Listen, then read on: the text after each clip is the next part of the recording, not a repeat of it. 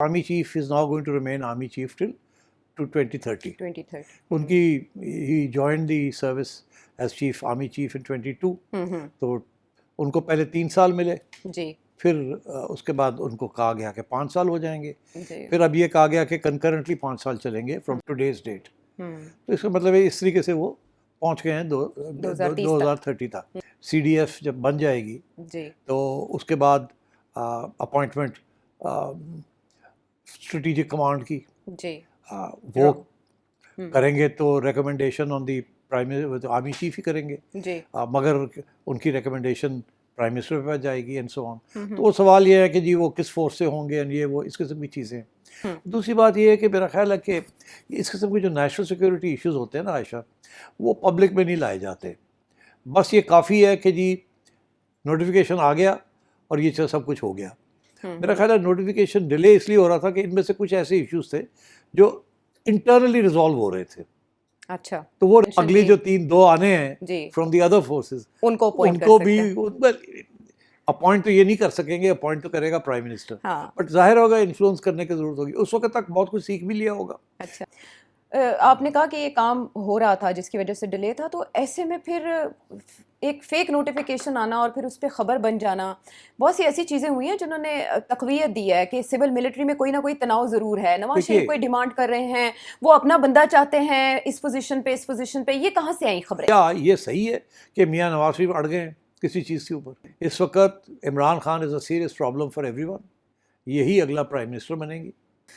सेठ साहब, number of issues इस एक हफ्ते में बहुत कुछ हो गया और इतने अभाम थे, इतनी कयासराइयाँ थी, इतनी अफवाहें थी और उनका दायरा इतना फैला कि उसमें वो सब भी आ गए जो इससे पहले गुमनाम थे, नामालूम थे या डिस्कस नहीं होते थे। फॉर एग्जांपल नवाज शरीफ साहब।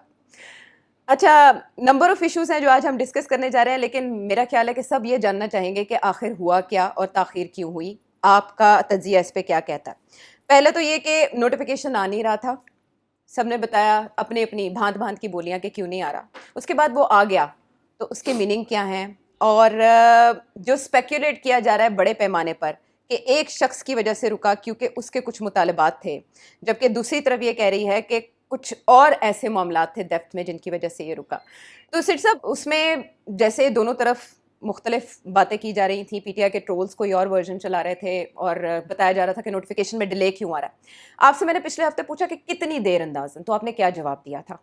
आपको लगता है कितना और इंतज़ार? मेरा ख्याल है 1 आध दिन में हो जाएगा। उसके बाद से रावी सब चैन लिखेगा या बदमज़गी इसकी तवालत इख्तियार कर सकती है, ये सराहियत हाँ, ये होना नहीं चाहिए था, इसको सही टाइम पे इसको करना चाहिए था। दे हैड द टाइम, हफ्ता था इनके पास। क्या कर रहे थे लॉ मिनिस्ट्री वाले लोग? ठीक, 30 तारीख को आपने ये कहा और 4 तारीख को नोटिफिकेशन आया, 1-2 दिन के बजाय 3-4 दिन लग गए, तो क्या वजह थी? पहली बात तो ये है कि मैंने क्यों कहा कि 1 आध दिन में हो जाएगा। हाँ, और फिर 3-4 दिन और कैसे फिर लगे? 3 दिन लग गए, तो 1 आध दिन, 1-2 दिन और 3-4 में कोई फ़र्क नहीं है। ज़ाहिर है I am not the signing authority, so I told you कि ये इज़ नॉट एन इशू, ये हो जाएगा। इतना शोर पड़ा हुआ है, there is no need for it. पहली बात तो ये थी। दूसरी, आपने जो सवाल खड़ा किया विच इज़ ऑफ जिसके अभी तक डिबेट चल रही है, वो यही है ना कि जी डिले क्यों हुई और ये जो नोटिफिकेशन आया उसका माने क्या है, यही है। सवाल ये पैदा होता है कि नोटिफिकेशन तो आ गया, लेकिन नोटिफिकेशन में लिखा क्या है और ताखीर क्यों हुई? देखिए, ताखीर क्यों हुई, अगर आप नोटिफिकेशन पढ़ें ना तो आपको समझ आ जाएगी ताखीर क्यों हुई।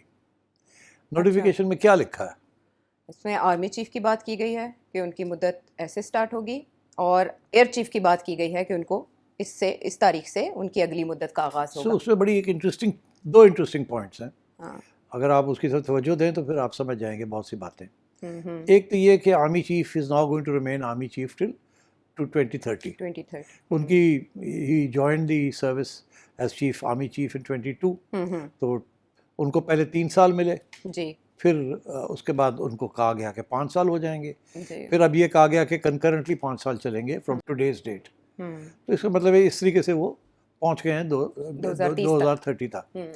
एयर चीफ जो हैं उनकी अपॉइंटमेंट एज एयर चीफ हुई थी 2021 में, मेरा ख्याल है 2021 में जी।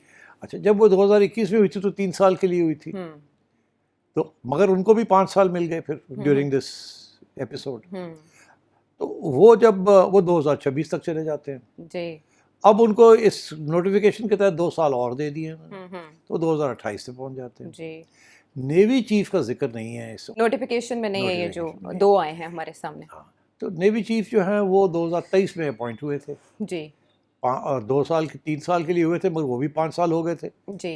उनको भी मिल गए थे 5 साल अमेंडमेंट के अंदर, कॉन्स्टिट्यूशनल अमेंडमेंट में। तो वो 2023 से 2028 तक पहुंच जाते हैं। तो अब नेवी चीफ और एयर चीफ 2028 पे पहुंच गए हैं और आर्मी चीफ जो है 2030 पे। जी। तो अब सूरत हाल ये है कि अगर एयरफोर्स चीफ को 2 साल एक्स्ट्रा ना देते अभी, तो वो 2026 पे ही फारग हो जाते। जी। बिकॉज नेवी चीफ को तो नॉर्मल रूटीन में ही वो 2028 पे पहुंच गए हैं, तो इसलिए उनको 2 साल दे देते। तो ये इसको भी सॉर्ट आउट करना था इस इशू को, तो ये भी इशू सॉर्ट आउट करने की ज़रूरत थी इसकी। जी। फिर मेरा ख्याल है there are some other issues जो कि सॉर्ट आउट करने थे। फॉर एग्जांपल के CDF जब बन जाएगी जी। तो उसके बाद अपॉइंटमेंट स्ट्रेटेजिक कमांड की जी। वो करेंगे, तो recommendation on the prime army chief ही करेंगे। जी। मगर उनकी रिकमेंडेशन प्राइम मिनिस्टर पे जाएगी एंड सो ऑन। तो वो सवाल ये है कि जी वो किस फोर्स से होंगे एंड ये वो इस किस्म की चीज़ें। तो ये इंटरनल मैटर्स हैं स्ट्रेटजी और कमांड के। अपॉइंटमेंट्स जो होती हैं, जो आर्मी के अंदर होती हैं, वो इंटरनल मैटर्स होती हैं। वो फिर मेरा ख्याल है ये मामले जो हैं ये सॉर्ट आउट होंगे CDF के अंदर। जब ये सब इकट्ठे बैठेंगे ना, तो फिर ये फैसला होगा कि उसका हेड कौन बनेगा और इसका कौन होगा और क्या होगा, बिकॉज वो सारे रूल्स बनने हैं अभी।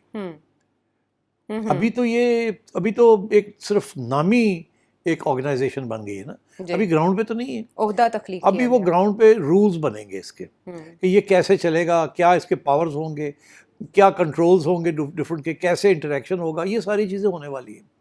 तो मेरा ख्याल है इसके ऊपर भी कुछ डिस्कशंस चल रही होंगी कि भाई ये कैसे नहीं, बिकॉज ये इतनी जल्दी सारा कुछ करना पड़ा है 27 के बाद, ये अमेंडमेंट जो बाद उसके बाद, तो ये वक्त लगता है इन चीज़ों के अंदर।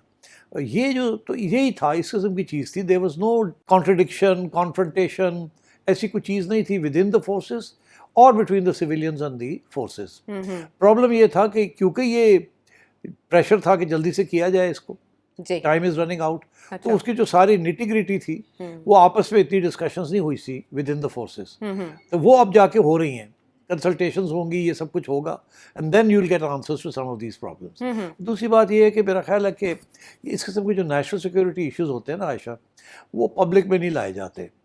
बस ये काफ़ी है कि जी नोटिफिकेशन आ गया और ये सब कुछ हो गया। मेरा ख्याल है नोटिफिकेशन डिले इसलिए हो रहा था कि इनमें से कुछ ऐसे इश्यूज थे जो इंटरनली रिजॉल्व हो रहे थे। अच्छा, तो वो रिजॉल्व हो गए। अब आप ये वन रेजोल्यूशन इसके 2 चीफ्स 28 तक रहेंगे जी, और 1 फील्ड मार्शल 30 तक जो CDF भी है, तो वो जो 30 तक रहेगा वो उसका फिर अगली जो 2 आने हैं फ्रॉम द अदर फोर्सेस, उनको भी अपॉइंट तो ये नहीं कर सकेंगे, अपॉइंट तो करेगा प्राइम मिनिस्टर। हाँ। बट जाहिर होगा इन्फ्लुएंस करने की जरूरत होगी। उस वक्त तक बहुत कुछ सीख भी लिया होगा। अच्छा। कि ये सिलसिला कैसे चल रहा है, कैसे नहीं चल रहा, क्या होना चाहिए, क्या नहीं होना चाहिए। स्ट्रेटेजिक कमांड का भी पता लग जाएगा कि भाई किस तरीके से उसमें कौन किस किस्म के लोग होने चाहिए, क्या होना चाहिए, कोऑर्डिनेशन सही हो रही है, नहीं हो रही, कंसिस्टेंसी हो रही है, स्टेबिलिटी है। I think this is a new thing, new platform, और ये बड़ा ऑन द ग्राउंड प्लेटफॉर्म होगा। अच्छा। And it's going to be a very powerful platform. मेरे ख्याल आगे जो स्ट्रेटजी बननी है ना जी, वो सारी जो वॉर की स्ट्रेटजी है, सिक्योरिटी की स्ट्रेटजी है, वो यहीं बना करेगी, जॉइंट यहीं बनेगी। जॉइंट चीफ्स में ये नहीं होता था अनफॉर्चुनेटली। वहाँ बेसिकली कोई खास डिस्कशन वैसे नहीं होती थी। इट वाज जस्ट जैसे अंग्रेजी में कहते हैं सिनिक्योर, किसी को घर नहीं भेजना तो चले वहाँ भेज दें। वहाँ छोटी सी सेक्रेटेरिएट है, कोई सेरेमोनियल सा रोल है, और कभी कभी वो कबीना में भी जब वो नेशनल सिक्योरिटी के ऊपर इश्यूज होते हैं वो भी बैठ जाते थे और अपने 2 बिट्स वो भी बता देते थे, but the real power lie somewhere else. तो I think this is going to be a far more effective platform and more hands on, and so I think इसलिए there were some issues about rules and responsibilities and interaction and nomination of people. तो ये चीज़ें चल रही थी। कोई इसमें nothing to be, कोई इसमें सिविलियन वर्सेस मिलिट्री कोई इशू ही नहीं था, nor was there an issue of military versus military. कोई ऐसी चीज़ नहीं थी। These are normal discussions, something new that happens. But हुआ ये कि प्रेशर बहुत पड़ गया, करे करे करे करे करे जल्दी करे जल्दी करे जल्दी करे। मगर आई थिंक अगर आप गौर से देखें तो इसी में नज़र आता है 28 21 to 28, 23 to 28 and 22 to 30. You can see के where how things have worked out. हाँ, कहाँ फिल आउट किया गया। अच्छा, ये आपने कहा कि ये काम हो रहा था जिसकी वजह से डिले था, तो ऐसे में फिर एक फेक नोटिफिकेशन आना और फिर उस पर ख़बर बन जाना, बहुत सी ऐसी चीज़ें हुई हैं जिन्होंने तक़वियत दी है कि सिविल मिलिट्री में कोई ना कोई तनाव ज़रूर है, नवाज शरीफ कोई डिमांड कर रहे हैं, वो अपना बंदा चाहते हैं इस पोजीशन पे, ये कहाँ से आई खबरें? ये जो बनाने वाले खबरें वही बनाते हैं, और कौन बनाता है? बगैर मुलाकात के, मतलब किसी को मुस्लिम लीग नून की तरफ से फीड किया गया, मुलाकात हुई कोई और कहा गया कि आप इस शख्स की बात करें? देखिए, दो किस्म के स्पेकुलेशन होती है। एक वो होती है कि वेल मीनिंग पीपल जो कोई किसी के खिलाफ नहीं है, वो बैठ के इंटेलेक्चुअलाइज करते हैं। मैं एक दो ऐसे ग्रुप्स में हूँ जहाँ ये इतनी लंबी चौड़ी डिस्कशंस इंटेलेक्चुअल लेवल के ऊपर, ये भी हो सकता है, ये भी हो सकता है, ये भी, किसी के पास इन्फॉर्मेशन नहीं थी। मैं चुप करके देख रहा, सुन रहा था, पढ़ रहा था कि यार कोई इन्फॉर्मेशन नहीं है, लगे हुए हैं, कोई इधर जा रहा है, कोई इधर जा रहा है, और थ्योरेटिकली ये भी हो सकता है, ये भी हो सकता है, ये वजह हो सकती है, ये वजह हो सकती है। ये इंटेलेक्चुअलिज्म जो है ना, ये ग्रुप्स के अंदर बहुत होती है। अच्छा। वो लोग, हर बंदा कहता है मुझे मेरी सुनो मेरी बात। अच्छा। मैं एनालिसिस करता हूँ। हाँ। मेरा हमेशा मौक़िफ़ रहा है, कोई एनालिसिस नहीं हो सकता विदाउट इन्फॉर्मेशन। कोई कोर इन्फॉर्मेशन आपके पास होनी चाहिए, उसके बेसिस के ऊपर आप फिर आगे एनालिसिस कर सकते हैं कि क्या होगा क्या नहीं होगा। अगर आपके पास कोर इन्फॉर्मेशन ही नहीं है तो आप कैसे एनालिसिस करेंगे? थ्योरी में ही करेंगे ना। तो थ्योरी में तो होता नहीं है, real life is very different from theory. अब फॉर एग्जांपल, मुझे एक बात का पता है जिसे मैं कहता हूँ कोर इन्फॉर्मेशन। अच्छा। वो मुझे इस बात का पता है कि मियाँ नवाज शरीफ किसी स्टेज पे भी टक्कर नहीं लेंगे विद द एस्टैब्लिशमेंट। अच्छा। ये मुझे as a matter of faith पता है। जब ये मुझे पता है तो फिर मैं इससे आगे जब प्रोजेक्शन करता हूँ तो मैं सोचता हूँ कि क्या ये सही है कि मियाँ नवाज शरीफ अड़ गए हैं किसी चीज़ के ऊपर। मैं कहता हूँ ये हो ही नहीं सकता।